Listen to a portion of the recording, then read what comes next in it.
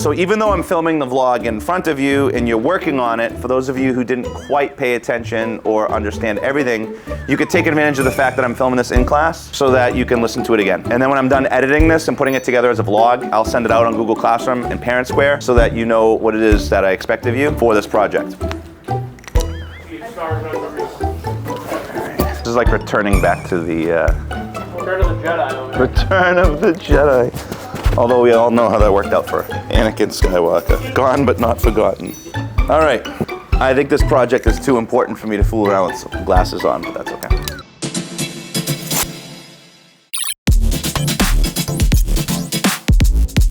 Hello everybody, MrMarinoScience here, coming to you for the first time this year in the 2024-2025 school year. Thank you for dialing in on this special mid-week, mid-month update. We are almost halfway through October, and as we are rounding the end of our first unit on genetics, I would like to take this opportunity to present to you the first official CER.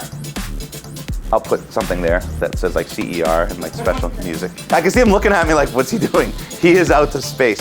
I am out to space. The first CER of the year is a summative CER. And of course, we all remember that CER stands for Claim, Evidence, and Reasoning. So let's get into it. The claim is pretty straightforward, and I want you to write it the way The claim is pretty straightforward, and I want you to The claim is pretty straightforward, and I want you to write it the way it is. Muscles can be big or small for different reasons. Now, this is true, and that is our claim. Now, the evidence is gonna be those reasons. Diet, genes, exercise. Each piece of evidence has more information, and you'll find that information on Google Classroom. In class on Friday, what's today's date?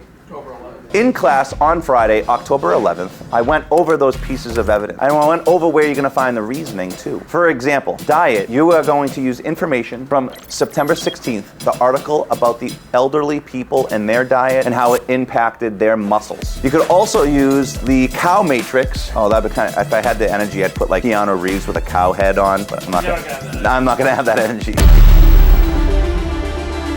The second piece will be from September 19th, and that will be from the cow data information, which specifically tells us what cow diets are best for the cow in terms of protein. The second piece of evidence is going to be on genes. We spent a long time on genetics and where those genetics come from. We explained where chromosomes are, where they come from, what parts of those chromosomes come down into the offspring. We drew up Punnett squares, we worked with pedigrees, we spent a lot of time on cows and how those cows end up the way they are. So please go back and reference any pictures, images, or notabilities about the cow cards that we had.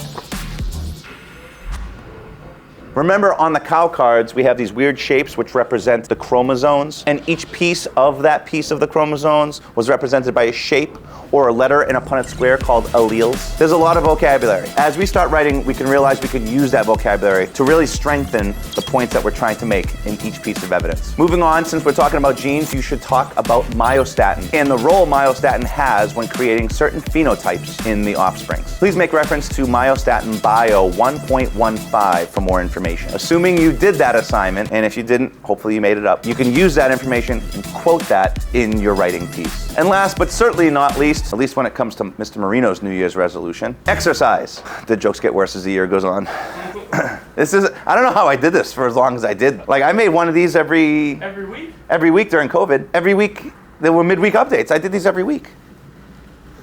You don't use it, you lose it. And last but certainly not least, exercise. Of course, we all know that exercise plays a key role in the formation of muscles and whether or not you have large or small muscles. So if I were you, I would go back all the way to Bio 1.17. Take a look at that assignment, read it carefully, and go over it again. It also wouldn't hurt to go back to September 17th and rewatch that video on myosin and actin, and myosin and actin's role when contracting and relaxing a muscle. Don't forget to mention microtears and the relationship between microtears and protein. Remember, muscles need protein to repair and make themselves stronger and bigger. What's Tuesday's date? Okay. I'm almost done, everybody. Thank you for your patience. Lastly, once we have built an outline and you bullet pointed and you've used some of the citations from all of the work that you've had, the outline is due when we return back from this long weekend, Tuesday, October 17th. 17th? No. What was the date? 15th. Tuesday, October 15th. The final draft of the CER is due Thursday, October 17th.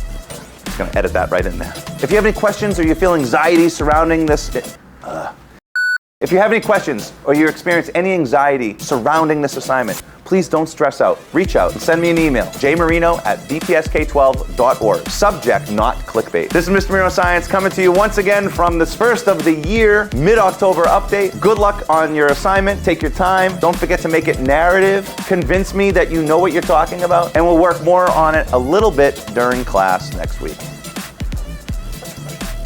Okay, good.